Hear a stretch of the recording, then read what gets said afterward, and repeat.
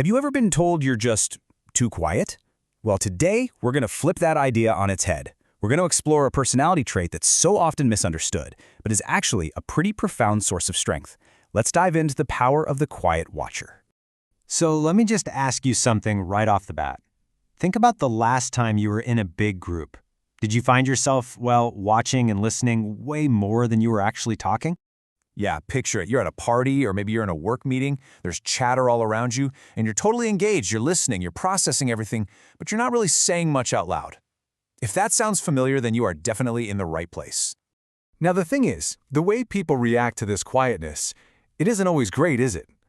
They might think you're shy, or even worse, that you're bored, or aloof, or that you're just not contributing.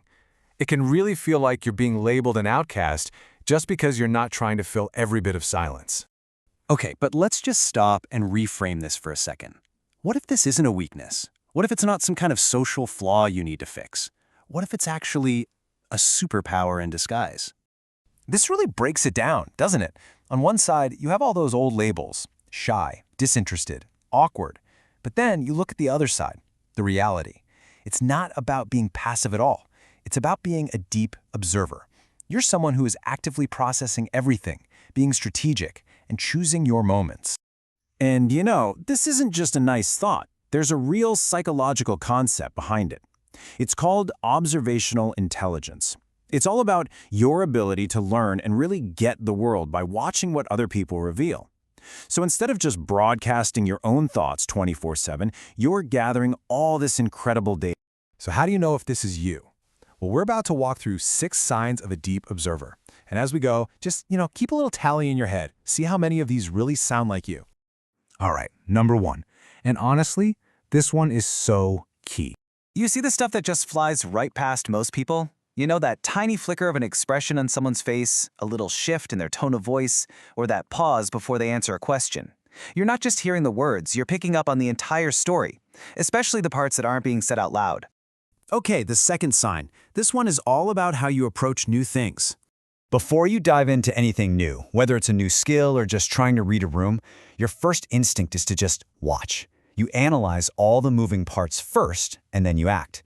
This whole analyze first, act later thing, it is a classic move of the deep observer. Third, so what's actually happening in your brain during all that silence?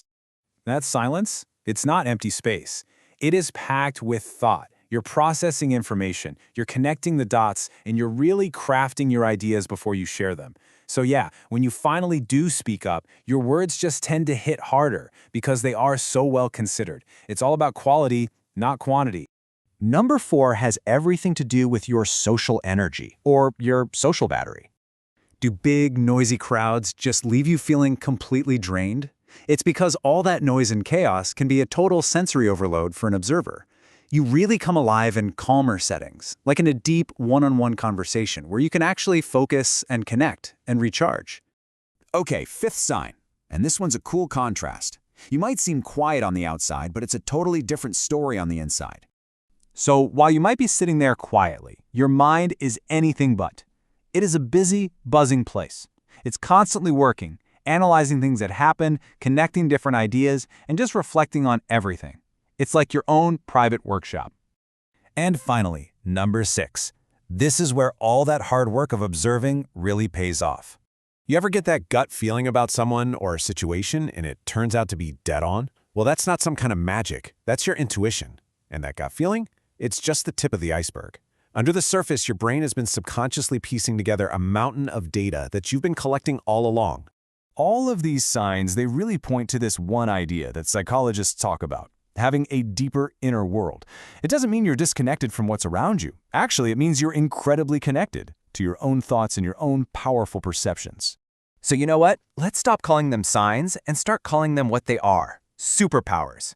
Your quiet observation leads to a sharper intuition, a much deeper empathy for others, really thoughtful problem solving, and in the end, stronger, more meaningful connections. So, if we boil it all down, the most important point is this.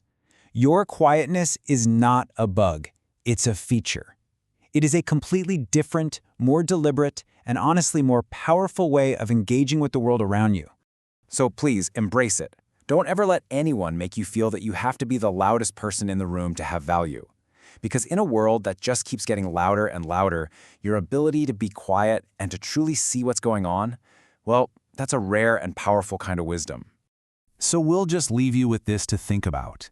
In a world that seems to reward the loudest voice, what is the true, untapped power of a quiet eye?